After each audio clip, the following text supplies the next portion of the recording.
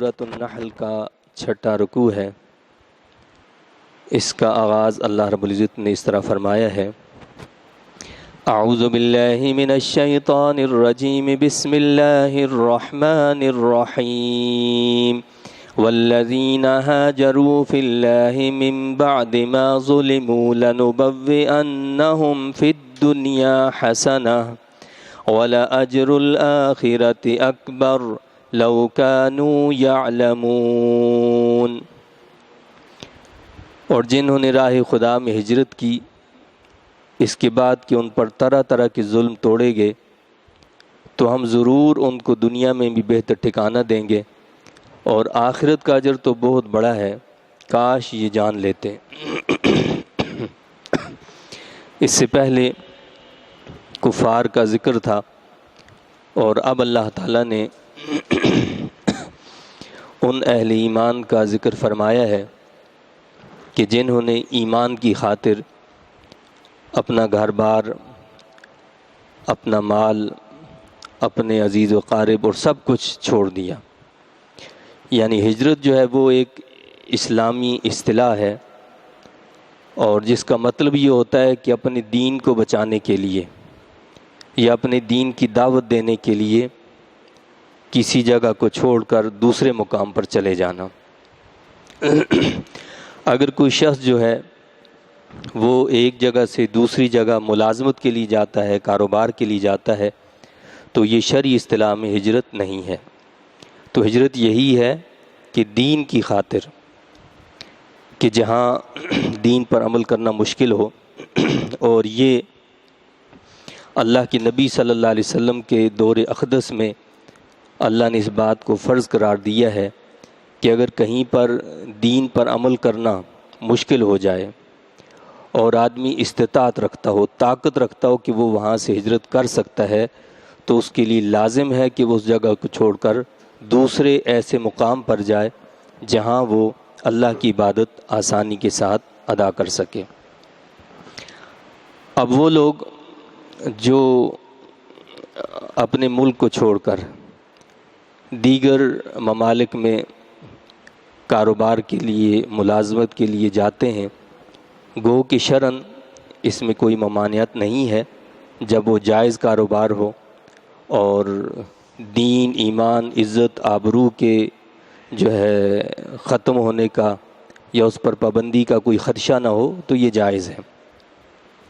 لیکن ایسے ممالک میں جانا اور ایسے مقامات پر جانا کہ جہاں نہ انسان کا دین سلامت رہے، نہ اس کی آبرو سلامت رہے، نہ دیگر جو ہے عبادات جو دینی وہ ادا کر سکے، تو یہ ایک مسلمان کے لیے جائز نہیں ہے۔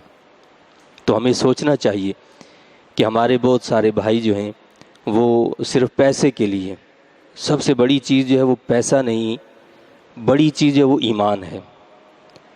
اگر ہم اپنا ملک چھوڑ کر کہیں دوسری جگہ جاتے ہیں اور دوسری جگہ جانے سے ہماری اولاد کے بگڑنے کا خدشہ ہے، اس کے ایمان کا فتنے کا خدشہ ہے، اس کی عزت آبرو کا معاملہ کھڑا ہے، تو اس ملک، اس جگہ کاروبار جا کر کرنے سے بہتر یہ ہے کہ آپ چند پیسے کمائیں، اپنے ملک میں کمائیں، اپنے ایمان کو جو ہے اس کی حفاظت کریں، اپنے بچوں کے ایمان کی حفاظت کریں۔ تو لوگ عموماً اس طرف توجہ نہیں دیا کرتے، بس وہ یہ دیکھتے ہیں کہ جی دنیا کی ریل پیل ہے اور یہ ہے اور وہ ہے، بس وہ سب کچھ چھوڑ چھاڑ کر جو وہاں چلے جاتے ہیں، بیوی بچوں کو بھی لے جاتے ہیں، پھر زندگی بھر پچھتاتے رہتے ہیں۔ کیوں پچھتاتے ہیں؟ ظاہر ہے کہ جب آپ کسی ایسے ملک میں جائیں گے، وہاں کے قوانین ایسے ہیں، وہاں کا ماحول ایسا ہے کہ وہاں جا کر اولادیں بگڑ جاتی ہیں، نہ وہ آپ کی دین پر رہتے ہیں، نہ وہ آپ کے جو ہے دین کے تقاضوں کو پورا کرتے ہیں، بے حیائیوں میں، فحاشی میں اور بری چیزوں میں مبتلا ہو جاتے ہیں، اور انسان بے بس ہو کر رہ جاتا ہے۔ تو لہٰذا اس بات کو ترجیح دیں کہ پیسے کی ضرورت نہیں، ایمان کی ضرورت ہے، ایمان کی حفاظت کریں۔ اسی ایمان کے بارے میں اللہ نے فرمایا ہے، اور ان لوگوں کی اللہ نے تعریف کی ہے۔ کیا فرمایا؟ کہ جنہوں نے راہ خدا میں ہجرت کی اس کے بعد کہ ان پر طرح طرح کے ظلم توڑے گئے۔ اہل ایمان جو مکہ میں تھے، ان کا گھر بار بھی تھا، کاروبار، سب کچھ وہاں موجود تھا۔ بعض صحابہ ایسے تھے کہ ان کے بڑے بڑے کاروبار تھے، لیکن ان پر ظلم ڈھائے گئے، ان کو دین پر عمل کرنے سے روکا گیا، انہوں نے اپنا کاروبار بھی چھوڑ دیا، اپنا مال اہل و عیال بھی چھوڑ دیا، اپنا وطن سب کچھ چھوڑ دیا، اور محض اللہ کی رضا کے لیے وہ پہلے حبشہ چلے گئے، پھر مدینہ طیبہ چلے گئے۔ اللہ نے ایسے لوگوں کے لیے کیا فرمایا؟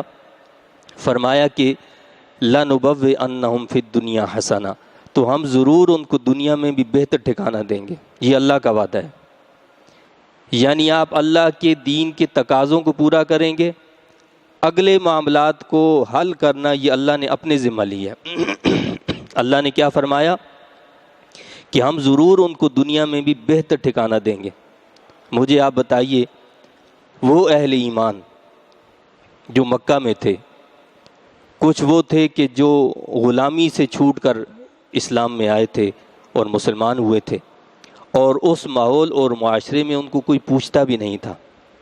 اسلام کی برکت سے، ہجرت کی برکت سے جب وہ مکہ چھوڑ کر مدینہ طیبہ جاتے ہیں تو اللہ نے کتنی بہترین جگہ عطا فرمائی، وہاں ان کو ایک اسلامی حکومت عطا فرما دی، اور کچھ ہی عرصے میں اللہ تعالیٰ نے وہ مکہ بھی ان کے حوالے کر دیا، اور اس سے کچھ عرصے بعد تو دنیا کے ایک بڑے حصے پر اللہ نے ان کو حکومت عطا فرما دی۔ اللہ نے فرمایا کہ ہم دنیا میں بھی ان کو کیا کریں گے؟ بہتر ٹھکانہ دیں گے۔ بہتر ٹھکانہ اللہ نے دیا، پریکٹیکلی اللہ نے ہمارے سامنے یہ مثال رکھ دی، اور آخرت کا اجر تو بہت بڑا ہے، کاش یہ جان لیتے۔ فرمایا یہ تو دنیا کا اجر ہے جو دنیا میں تم دیکھتے ہو کہ ہم نے کس طرح ان کو بہترین اجر دیا، آخرت کا جو اجر ہے اس کا تو ہم تصور بھی نہیں کر سکتے، وہ بہت بڑا اجر ہے۔ اب یہ کون لوگ ہیں کہ جنہوں نے اللہ کی راہ میں ہجرت کی، ظلم برداشت کیے؟ فرمایا کہ الذین صبروا علی ربہم یتوکلون، جنہوں نے مصائب میں صبر کیا۔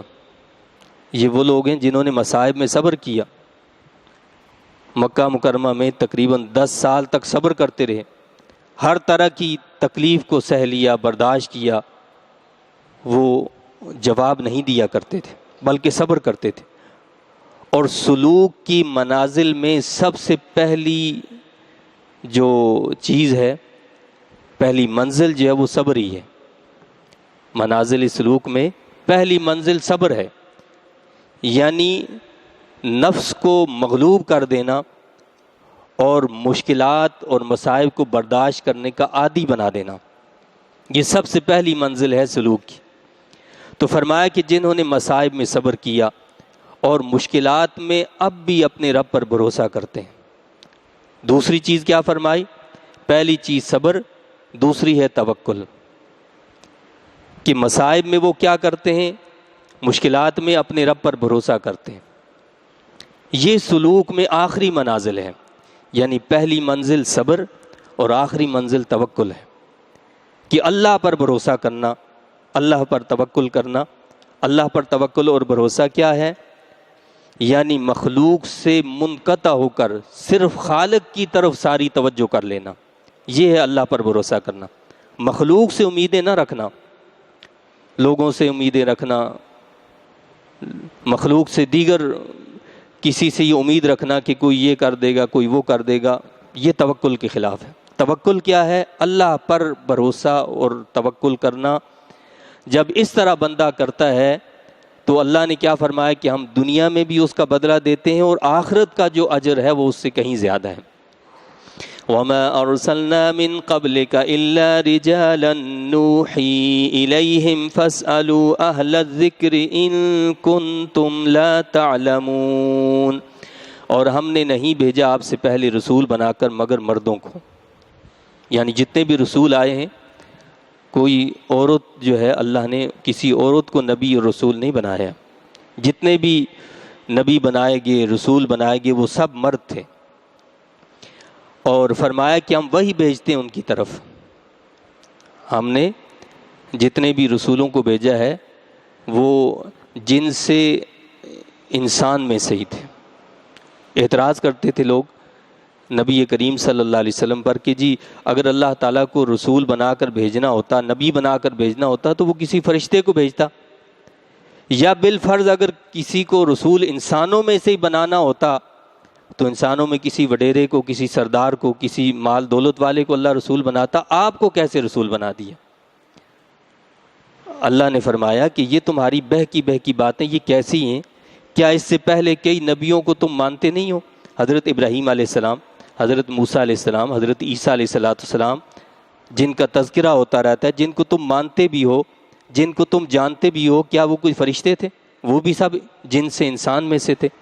تو اسی طرح اللہ نے محمد عربی صلی اللہ علیہ وسلم کو بھی اپنا نبی بنایا ہے، اور جن سے آدمیت میں سے ہی، انسانوں میں سے ہی آپ کو پیدا کیا ہے، لیکن آپ انسان کامل ہیں، عام انسانوں کی طرح انسان کامل ہیں، انسانیت کا کمال آپ پر ہے۔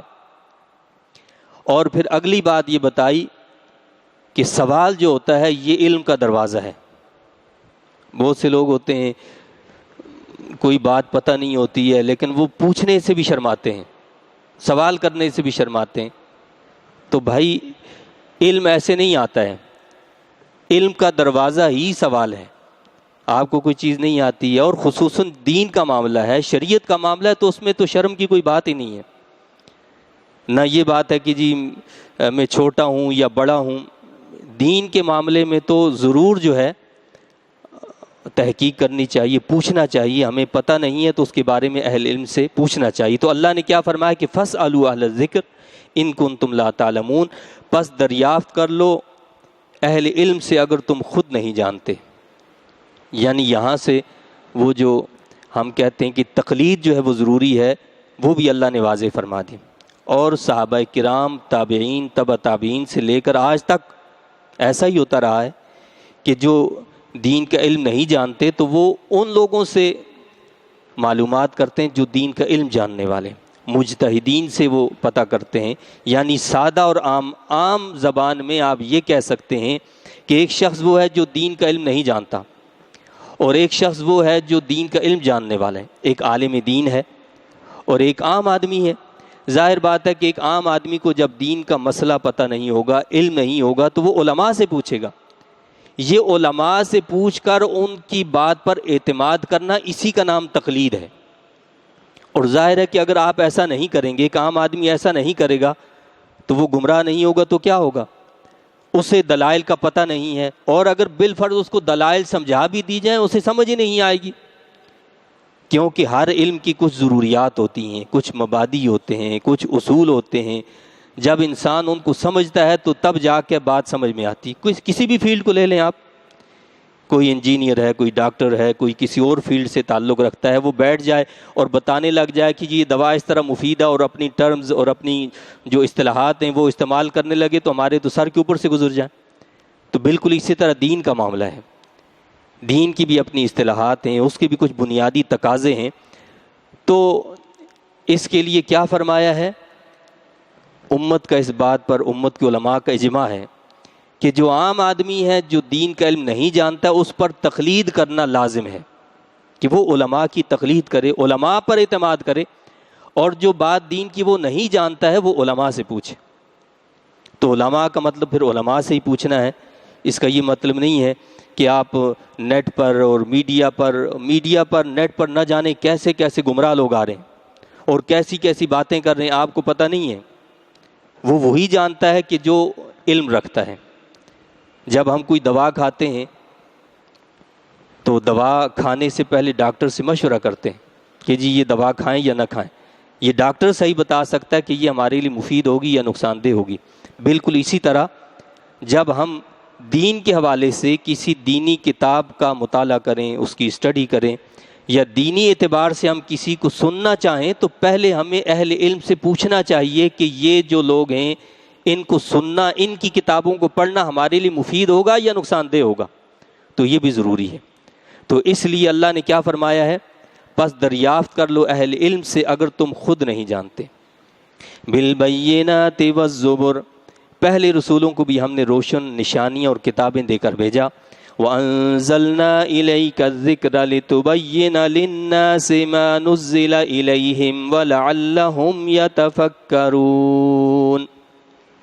اور اسی طرح ہم نے نازل کیا آپ پر یہ ذکر تاکہ آپ کھول کر بیان کریں لوگوں کے لیے ذکر کو۔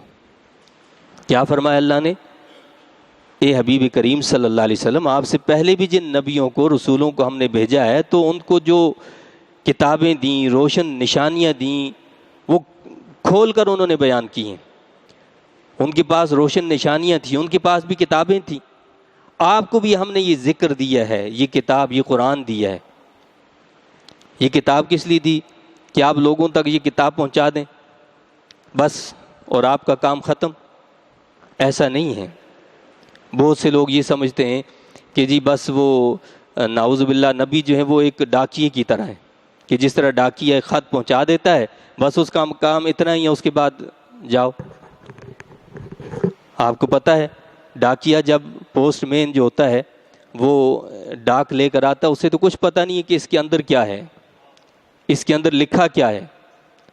تو کیا آپ یہ سمجھتے ہیں کہ نعوذ باللہ نبی لے کر کتاب آتا اسے پتہ ہی نہیں ہوتا کہ کتاب میں کیا ہے؟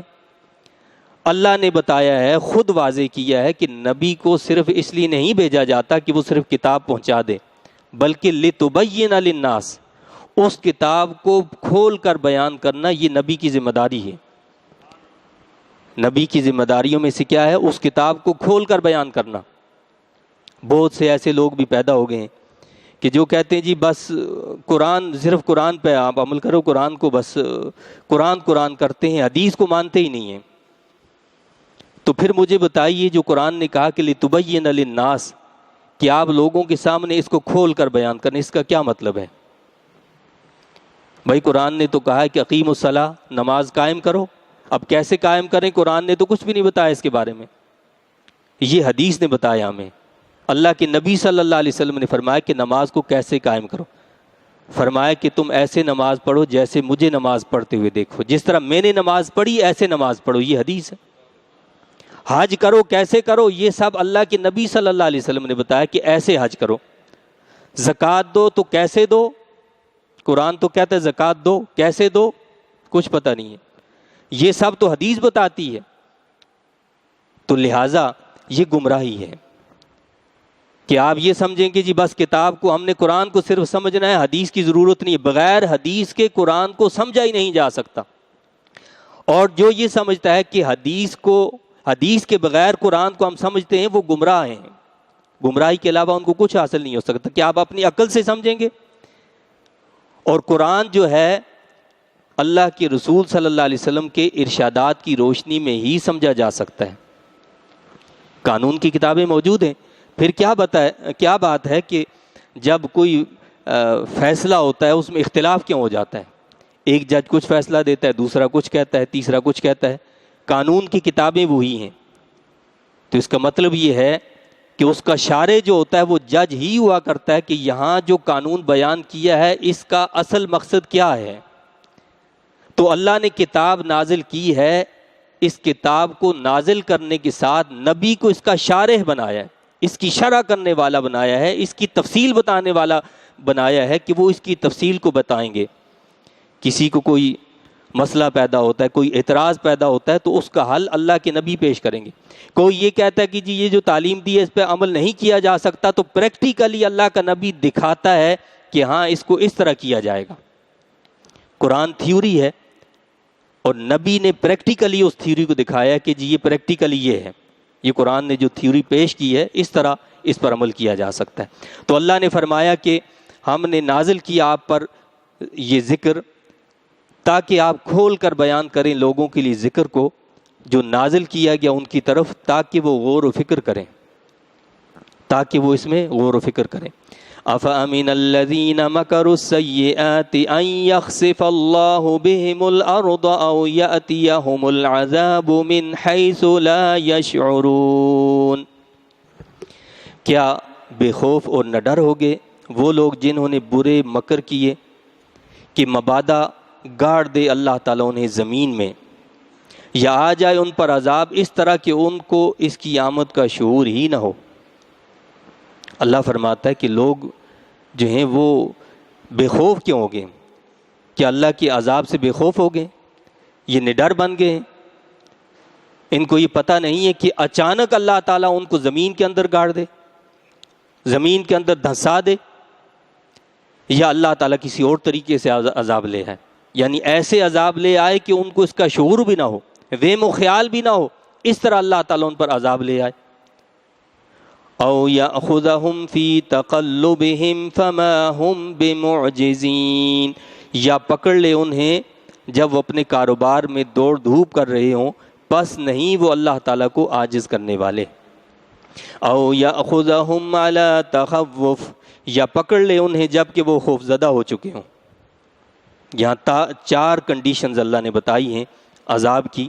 کیا فرمایا کہ اللہ چاہے تو اچانک سب کو دھنسا دے زمین میں، اللہ چاہے تو اچانک عذاب ایسا لے آئے کہ جس کا انسان کو وہ میں خیال بھی نہ ہو، کبھی اس نے سوچا بھی نہ ہو، یا اللہ تعالیٰ اس طرح ان پر عذاب لے آئے کہ وہ اپنے کاروبار میں دنیا کی دوڑ دھوپ میں مصروف ہوں، اور اللہ کا عذاب ایسے آئے کہ وہ اس کو عاجز کر ہی نہ سکیں، وہ دفاع کر ہی نہ سکیں، اس طرح اللہ تعالیٰ ان کو تباہ کر دے۔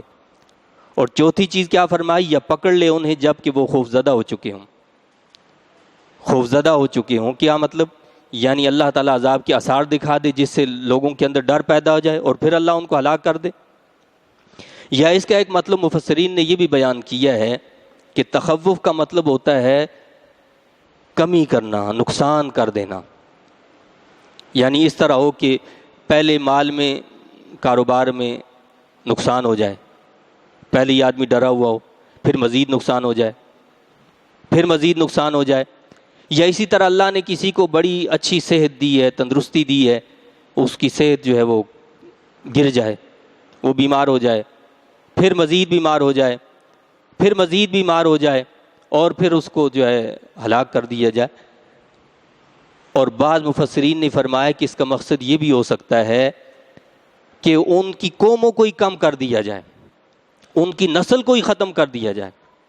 یہاں تک کہ آج برطانیہ اور یورپ کے کئی ایسی قومیں موجود ہیں کہ جن کے اصل باشندے جو ہیں وہ صفر ہو چکے ہیں، یعنی اصل باشندے جو ان کی نسلیں ہی ختم ہو چکی ہیں، اصل باشندے ہی نہیں، یعنی ان نسلوں کو ہی اللہ تعالیٰ بالکل تباہ اور نیست و نابود کر دے، ان کا نام و نشان ہی نہ رہے۔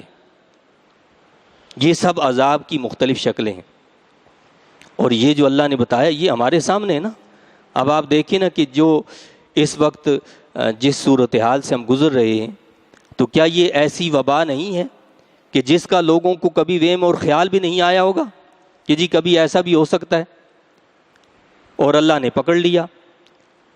لیکن کیا بات ہے، ذہن میں یہ سوال پیدا ہوتا ہے کہ لوگوں کو پھر جو اللہ کا انکار کرنے والے ہیں، جو اللہ کے دشمن ہیں، جو اللہ کے نبی کے دشمن ہیں، جو اللہ کے نبی کے دین کے دشمن ہیں، تو ان کو اللہ تباہ کیوں نہیں کر دیتا؟ اللہ نے اس کی وجہ بتائی، فَإِنَّ رَبَّكُمْ لَرَؤُوفٌ رَحِيمٌ۔ ہم چاہیں تو یہ سب کچھ کر سکتے ہیں۔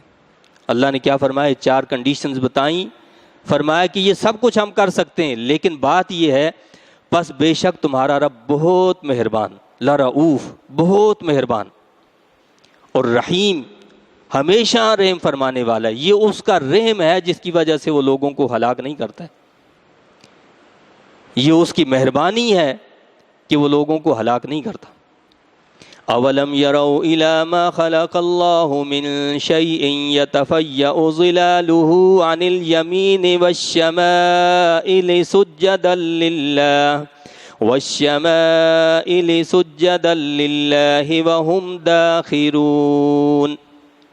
کیا انہوں نے نہیں دیکھا ان اشیاء کی طرف جنہیں اللہ تعالیٰ نے پیدا فرمایا ہے کہ بدلتے رہتے ہیں ان کے سائے دائیں سے بائیں طرف اور بائیں سے دائیں طرف، سجدہ کرتے ہوئے اللہ تعالیٰ کو، اس حال میں کہ وہ اظہار عجز کر رہے ہیں۔ اللہ فرما رہا ہے کہ کائنات کی ہر شے اللہ کے سامنے سجدہ ریز ہے، اس کے حضور جھکی ہوئی ہے۔ یہ جتنی بھی چیزیں ہمیں نظر آ رہی ہیں، مادی اشیاء ہیں، پہاڑ ہیں، یہ درخت ہیں، یہ مکانات ہیں، یہ ساری چیزیں ہیں، آپ دیکھتے ہیں ان کا سایہ ہوتا ہے، ان کا سایہ ہوتا ہے۔ اللہ فرماتا ہے کہ یہ سائے جو ہوتے ہیں وہ جھک رہے ہیں، وہ سجدہ ریزی کر رہے ہیں اللہ کے حضور۔ کبھی دائیں طرف سجدہ کر رہے ہوتے ہیں یہ سائے، کبھی بائیں طرف سجدہ کر، یہ ان کی اطاعت ہے، یہ ان کی فرما برداری ہے۔ اللہ فرماتا ہے یہ سب اللہ کے حضور سجدہ ریزی کر رہے ہیں، عجز کا اظہار کر رہے ہیں، کیونکہ پہاڑ جو ہے وہ خود اٹھ کے تو سجدہ ریزی کر نہیں سکتا، درخت جو ہے وہ جھک کر سجدہ ریزی کر نہیں سکتا، تو ان کے سائے سجدہ کر رہے ہوتے ہیں اور بتا رہے ہوتے ہیں کہ ہم اپنے رب کے حکم کی فرمانبرداری میں لگے ہوئے ہیں۔ یہ انسان تجھے کیا ہو گیا ہے؟ اللہ فرماتا ہے اس انسان کو کیا ہو گیا ہے؟ آگے اللہ نے بتایا، یہ آیت سجدہ بھی ہے آگے، اور سجدہ جو ہے وہ لازم ہو جائے گا، تو جب آپ اپنے سنت ادا کریں تو سنتوں کے ساتھ پہلے سجدہ تلاوت بھی ادا کریں۔ اللہ نے فرمایا وَلِلَّهِ يَسْجُدُ مَا فِي السَّمَاوَاتِ وَمَا فِي الْأَرْضِ مِن دَابَّةٍ وَالْمَلَائِكَةُ وَهُمْ لَا يَسْتَكْبِرُونَ، اور اللہ تعالیٰ کے لیے سجدہ کر رہی ہے ہر چیز جو آسمانوں میں ہے اور جو زمین میں ہے، یعنی ہر قسم کے جاندار اور فرشتے، اور وہ غرور و تکبر نہیں کرتے، سارے کے سارے اللہ کے حضور سجدہ ریزیاں کرتے ہیں اور کوئی غرور و تکبر نہیں کرتا۔ انسان کو کہا جا رہا ہے کہ تو مغرور کیوں ہو چکا ہے، تیرے اندر یہ تکبر کیوں پیدا ہو گیا، تیرا جو سایہ وہ بھی میرے سامنے سجدہ ریزی کر رہا ہے، لیکن تو سجدہ کرنے کے لیے تیار کیوں نہیں ہے؟ یہ کائنات ساری اللہ کے سامنے سربسجود ہے۔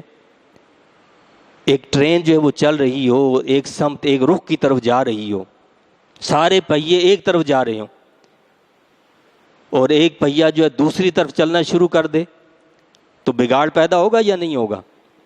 اللہ بتا رہا ہے جب ساری کائنات اللہ کے حکم کے تابع ہے، اس کی فرمانبرداری میں لگی ہوئی ہے، اس کے سامنے سر بسجود ہے، اس کے حکم کی اتباع اور فرمانبرداری کرتی ہے، اے انسان اگر تو الٹ کرے گا تو معاشرے میں بگاڑ پیدا ہو جائے گا، اس کائنات میں بگاڑ پیدا ہو جائے گا۔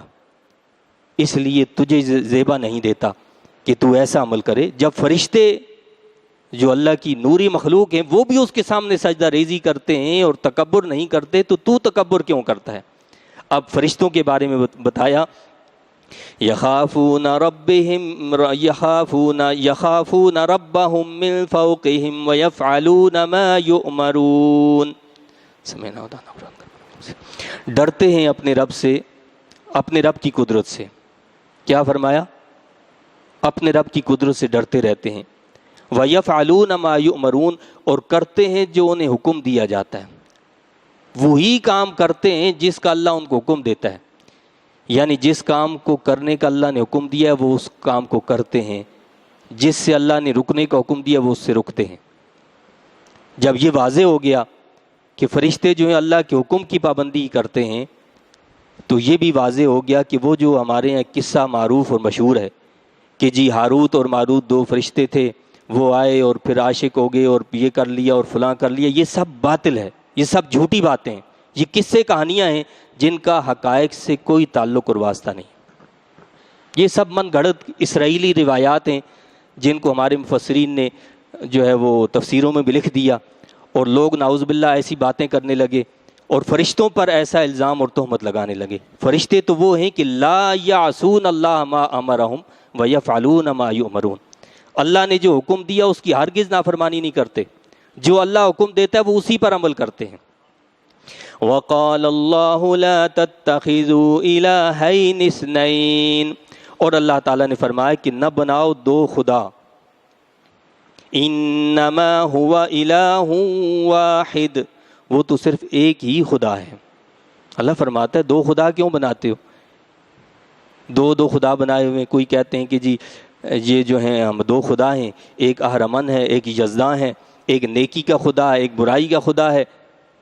جب دو خدا نہیں بنائے جا سکتے تو کئی خدا بنانا تو بدرجہ اولا ممنوع ہے۔ جب کائنات کے اندر ہم یہ دیکھتے ہیں کہ دو چیزیں نہیں چل سکتی ہیں، آپ دیکھتے ہیں نا کہ اگر کہیں پر چند طلباء ہیں تو ان پر ایک استاد ہوتا ہے، اور اگر چند اساتذہ ہیں تو ان پر ایک ہیڈ ماسٹر یا پرنسپل ہوا کرتا ہے، ایک پرنسپل ہوتا ہے، دو چار نہیں ہوتے ہیں۔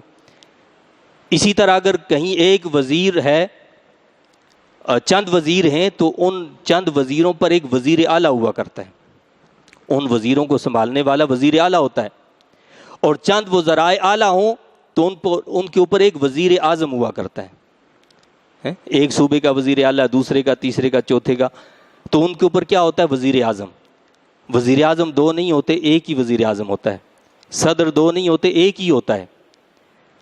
اگر کسی ملک کے اندر دو وزیر اعظم ہوں اور ان کے اختیارات یکساں ہوں تو وہاں فساد، بگاڑ کے علاوہ کچھ ہو ہی نہیں سکتا۔